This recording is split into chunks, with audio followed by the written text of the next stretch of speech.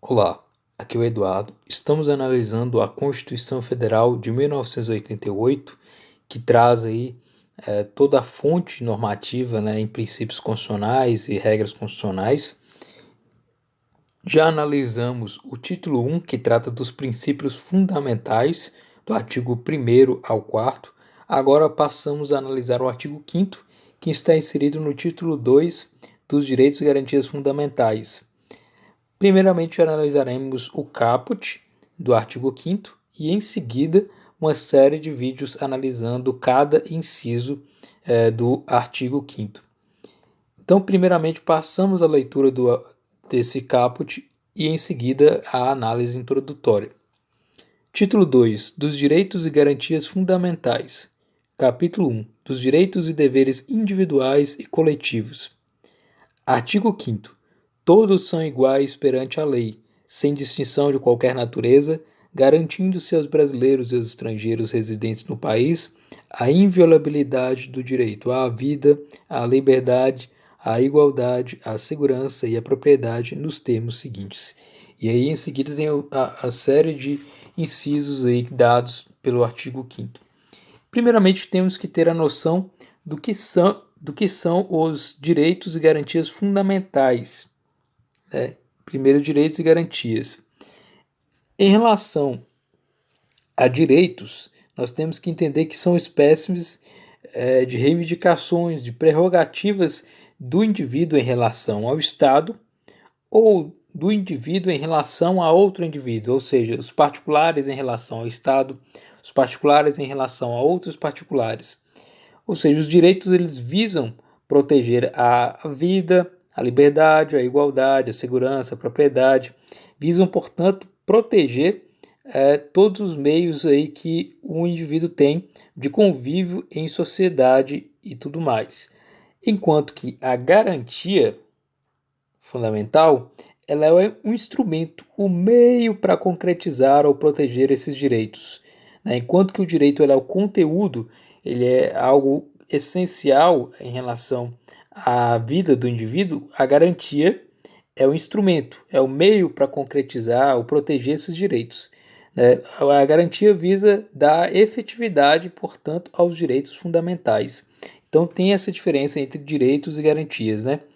É importante dizer aí que tanto os direitos quanto as garantias, elas não estão previstas apenas no artigo 5º, né? Está ao decorrer de toda a Constituição.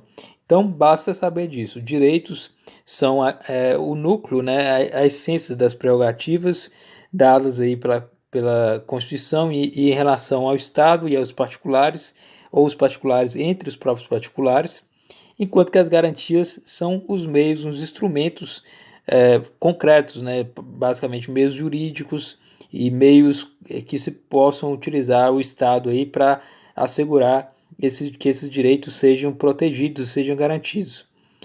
Temos aí que o artigo 5º ele faz parte do capítulo 1º do título 2, que trata dos direitos e deveres individuais e coletivos.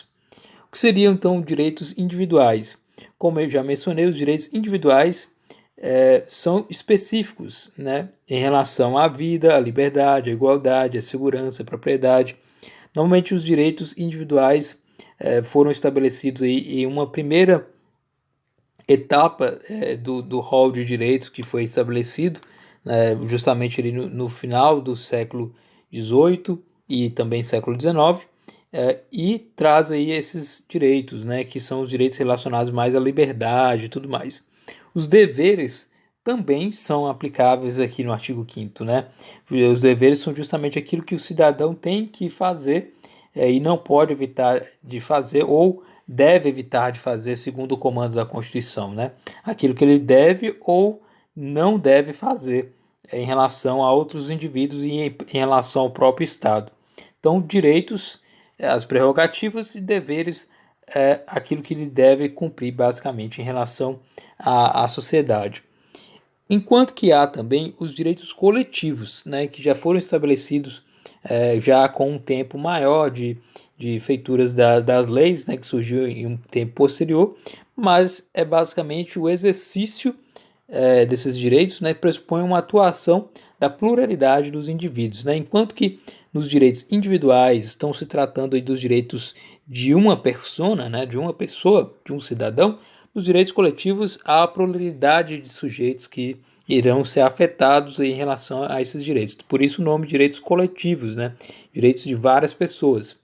São coletivos, portanto, os instrumentos de exercício também, né, e passo aí por toda essa análise em relação à coletividade, em relação ao social, né, e tudo mais. A titularidade, importante dizer, dos direitos coletivos, ela pode ser do indivíduo propriamente, né, mas ela atinge uma coletividade, atinge uma pluralidade. Então isso é interessante e será com certeza analisado aí nos próximos vídeos em relação ao artigo 5º. Então, direitos e deveres individuais e coletivos. Quem são os destinatários desses direitos e deveres individuais e coletivos? São todos que se encontram no território nacional brasileiro, né? Todos que se encontram sobre a tutela do Estado, né? Sobre a soberania do Estado brasileiro, né? Como ente aí, único, né? E tudo mais, ele está sujeito aí a todos esses direitos e deveres. Então, enquanto que há um indivíduo e ele estiver sobre o território brasileiro, estará também sobre aí, a regência desses direitos individuais e coletivos dispostos aí. É importante dizer que o artigo 5º ele não discrimina estrangeiros, né? Já foi decidido em jurisprudências e tudo mais que há interpretação extensiva dos direitos, ou seja, os estrangeiros também terão esses mesmos direitos garantidos aqui pela Constituição. Da mesma forma também as pessoas jurídicas elas podem ser titulares de direitos individuais ou coletivos, verificando aí tudo aquilo que for cabível em relação às pessoas jurídicas. Então, o âmbito de destinação, né, o âmbito a quem se destina o artigo 5º, ele é bastante amplo, né? Tanto as pessoas que são nacionais quanto estrangeiros, tanto pessoas físicas quanto pessoas jurídicas. Né? Então, esses são os destinatários. Então, passamos a uma rápida leitura novamente do artigo 5º. Todos são iguais perante a lei, sem distinção de qualquer natureza, garantindo-se aos brasileiros e estrangeiros, como eu já mencionei, a questão da destinação, garantindo-se aos brasileiros e aos estrangeiros, desde que eles estejam no país. Há uma questão em relação aos estrangeiros, se seriam apenas aqueles que estivessem morando, ou seja, residentes no Brasil. Mas é decidido que o estrangeiro que está em trânsito, que está no território brasileiro, também tem os direitos assegurados, não sendo necessariamente alguém que esteja morando no Brasil propriamente. Então o rol é extensivo. E aqui temos a garantia, né, da inviolabilidade do direito à vida, à liberdade, à igualdade, à segurança e propriedade. Tratamos primeiramente do direito à vida. O direito à vida ele tem o âmbito da existência física do ser humano. O ato de existir propriamente deve ser garantido pelo Estado, garantido pela sociedade, para que o indivíduo possa viver justamente em sociedade. É, portanto, um direito elementar aí. A vida humana, né, em seu sentido biológico, deve ser preservada. E, portanto, o direito se aplica tanto ao momento anterior ao nascimento, quanto ao momento posterior, o momento da morte. Então, o âmbito dos direitos se aplica antes de se nascer, depois de se nascer e também a legislação para os momentos posteriores à morte. É interessante que há uma perspectiva do indivíduo, né? Existe duas acepções, a acepção negativa e a acepção positiva, dentro dessa percepção do indivíduo. Na acepção negativa, os particulares e o Estado eles devem evitar suprimir a vida.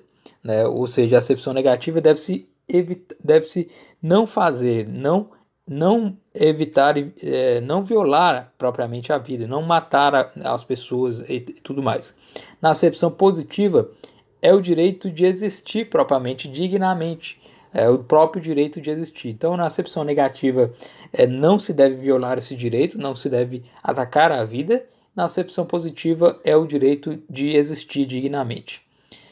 Interessante também dizer que essa é uma perspectiva, dentro da perspectiva do Estado, a vida ela é um bem jurídico essencial, né, e deve ser garantido tendo em vista também a dignidade da pessoa humana, né, que é um dos princípios basilares aí, do Estado da República Federativa do Brasil, né, disposto ali no artigo 1º, né, como sendo aí um dos fundamentos, né, a dignidade da pessoa humana.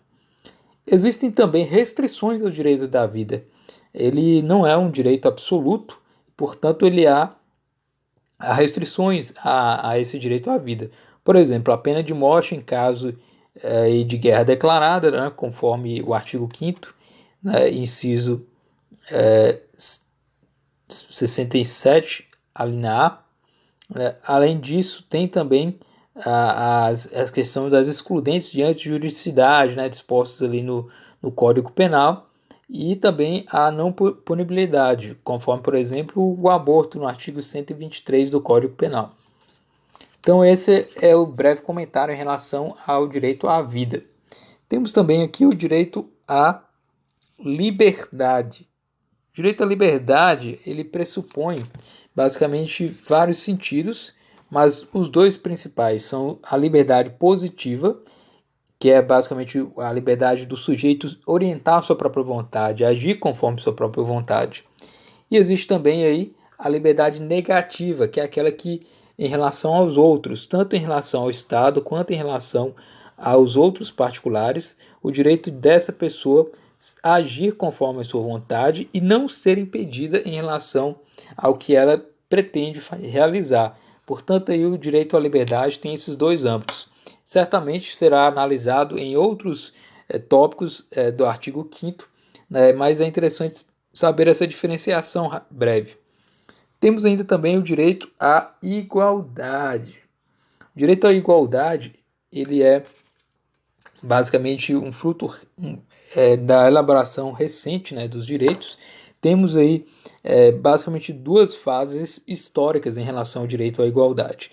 A primeira fase é a fase do constitucionalismo clássico, né, que surgiu aí dentro do âmbito das revoluções francesa, norte-americana, né, onde se estabeleceu o fim dos privilégios de origem por grupo social. Existiam os nobres que tinham privilégios, os clérigos que tinham determinados privilégios, e a classe, né, era dominante, etc., tinha esses privilégios perante o Estado. E com isso, com o fim disso, que surgiu aí o primeiro princípio em relação à igualdade, a igualdade perante a lei. Então temos aí a ideia de concepção formal, ou seja, não importa o conteúdo da legislação, o que importa é o tratamento dispensado pela lei, ou seja, todos têm que ser tratados de forma igual perante a lei. Então essa é a primeira fase histórica.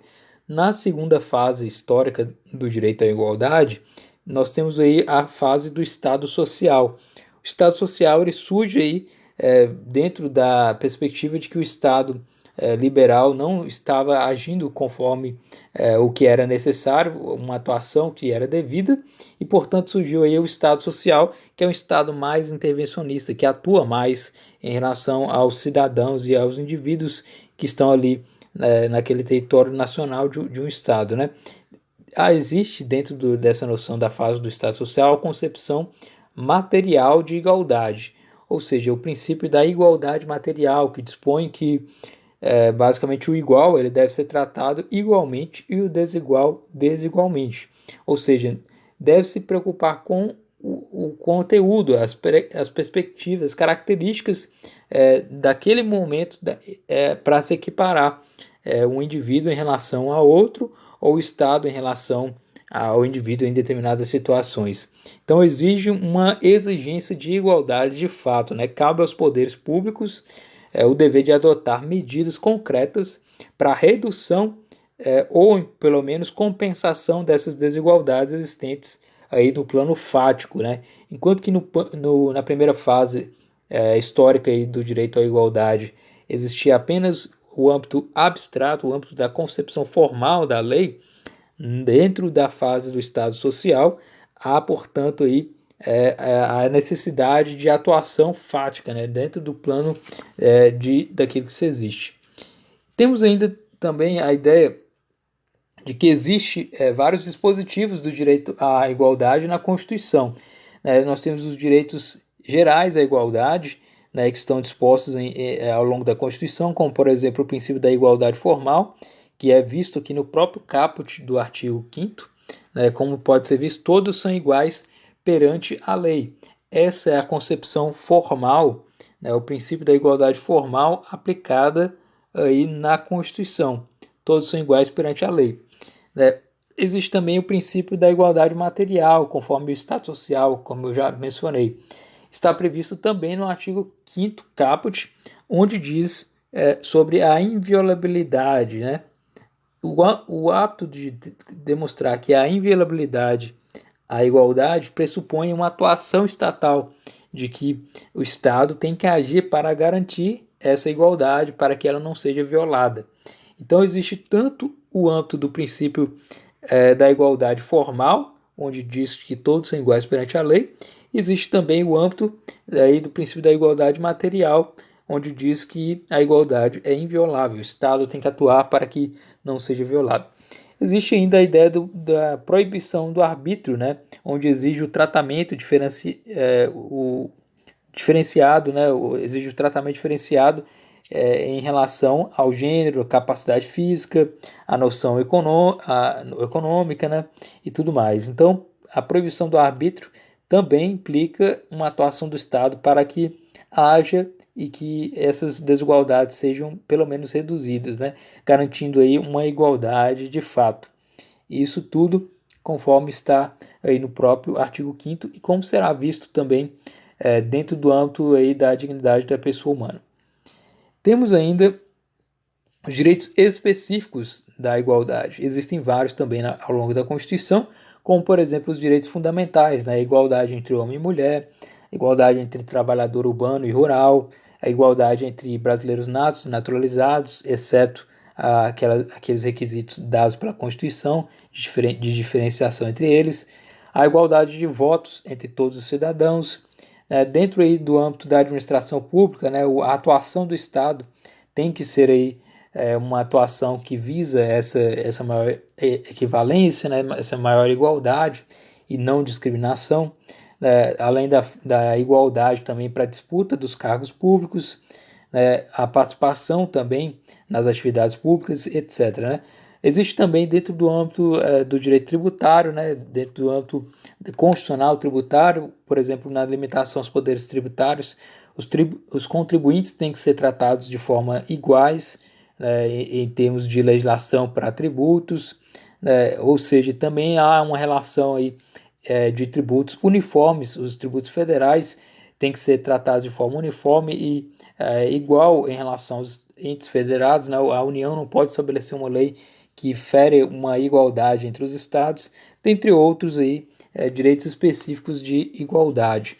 Então é bem interessante aí o princípio da igualdade também afeta, por exemplo, outro exemplo, a ordem social, né, com o acesso a serviços de saúde, a igualdade de gênero, né, de homem e mulher que é estabelecida na Constituição, né, os filhos também, seja ele biológico ou não, né, tem o tratamento isonômico, né, e existem ainda medidas para assegurar essa igualdade, que são basicamente, estão previstas também na Constituição, o incentivo da mulher no mercado de trabalho é uma ideia de se valorizar a igualdade, né, entre homem e mulher no trabalho, as vagas reservadas para concursos e para trabalho em relação a deficientes, dentre outros vários requisitos específicos e normas específicas aí, que visam essa maior igualdade. Existem as dimensões da igualdade. Existe a dimensão objetiva e a dimensão subjetiva. A dimensão objetiva, ela impõe aí aos poderes públicos certos deveres, primeiramente de caráter negativo e de caráter positivo. O dever de caráter negativo, ela basicamente dita que não será permitido ao Estado promover injustiças, preconceitos, discriminações e evitar aí a desigualdade, basicamente. Enquanto que o caráter positivo, ele basicamente se divide em dois tipos, né? Uma adoção de tratamento igual para os iguais e desiguais, conforme a medida da justiça, e uma redução da desigualdade social e regional. Então, esses dois âmbitos aí de dimensão objetiva, né? Tanto do caráter negativo, se abster de violar a igualdade, e o caráter positivo, promover essa igualdade entre aqueles que são considerados desiguais. Existe ainda a dimensão subjetiva, que ela é conferida ao indivíduo e a grupos jurídicos determinadas prestações, como eu já mencionei, o Estado deveria atuar aí e cabe aos indivíduos aí, portanto, exigir essas igualdades aí em relação ao Estado propriamente, né? Então, basicamente, a dimensão subjetiva ela tem como objetivo aí, reduzir as desigualdades decorrentes das discriminações, hipossuficiência econômica, basicamente física também, debilitações, etc., né? Garantindo algum tipo de vantagem compensatória. São medidas para alcançar, portanto, e promover a igualdade material, como já mencionei. Então, esse basicamente essa medida. Existe ainda o âmbito de proteção e intervenção. A igualdade ela não tem propriamente um conteúdo constitucional pré-determinado, como há, por exemplo, na direito à segurança, propriedade, direito à vida. O âmbito tem que ser analisado, né, em vários aspectos, tanto constitucionais quanto concretos, nos casos concretos, e cabe ao Estado analisar esses casos aí. A violação à igualdade ela pode ser tanto por omissão ou por ação do Estado. Vai depender das ocasiões. Omissão no sentido que o Estado deveria promover a igualdade através de suas medidas e políticas públicas, e a ação, né, no momento em que trata de forma desigual o cidadão. Temos ainda os destinatários do dever de igualdade, né? Geralmente esses destinatários são encarregados, basicamente os encarregados pela aplicação da lei. O executivo e o judiciário eles têm o dever de observar essa igualdade. Porém, com o passar do tempo, já é normal, agora já ser entendido pela doutrina, que o dever de igualdade também se aplica ao legislador. Quando ele vai criar uma lei, ele tem que observar também esse princípio aí da igualdade. Então, se aplica tanto no âmbito do executivo e o judiciário, no momento em que aplica a lei, e também no âmbito do próprio legislativo ao criar essa lei. Existe também a aplicação do princípio da igualdade na eficácia horizontal dos direitos fundamentais, que é quando, entre os próprios e particulares, deve-se observar aí uma igualdade, né, sopesando e observando sempre a autonomia da vontade. Existe ainda a ideia das ações afirmativas, que entra dentro desse âmbito aí da igualdade, que são políticas públicas ou programas privados desenvolvidos, né, com caráter temporário. O objetivo é reduzir as desigualdades, promover aí, um maior acesso e ascensão social dos indivíduos, né, e é uma medida, portanto, para promover a igualdade material. O exemplo aí de ação afirmativa, que é mais conhecido, são os sistemas de cotas, ou também chamados reservas de vagas, para acesso a cargos públicos ou mesmo para acesso a vagas em ensino superior. Temos ainda a ideia da segurança, né, que trata aí, basicamente a Constituição, de assegurar, o Estado deve assegurar ao indivíduo uma proteção em relação àqueles que estão violando a lei, garantir essa segurança para promover aí também os outros direitos e tudo mais, né? Dentro do âmbito do que se protege a vida, também deve-se assegurar a segurança, a proteção dos direitos da integridade material, da integridade física do indivíduo. E existe também ainda o direito de propriedade, né? O direito de propriedade, basicamente dizendo aqui que o Estado ele está impedido de apresentar intervenções em propriedades, desde que ele basicamente haja um fundamento, né? Quando o Estado tem um fundamento constitucional, ele poderá atuar aí no impedimento, né, da propriedade, mas o que diz aí propriamente o direito à propriedade é que o Estado está impedido de intervir sem um fundamento constitucional na propriedade. Então, existem vários âmbitos na Constituição que determinam as possibilidades que o Estado pode atuar aí em relação a essa flexibilização do direito à propriedade, né? Primeiramente, observando que não se trata do direito de propriedade de caráter absoluto, pois tem que se observar o princípio da função social, né, que está previsto aí no artigo 5º, inciso 23, que será analisado. Além disso, o caráter é exclusivo, ele é limitado, por exemplo, pelas requisições civis e militares, também é limitado pela desapropriação, uso capião, expropriação, sanção e confisco, dentre outros tipos.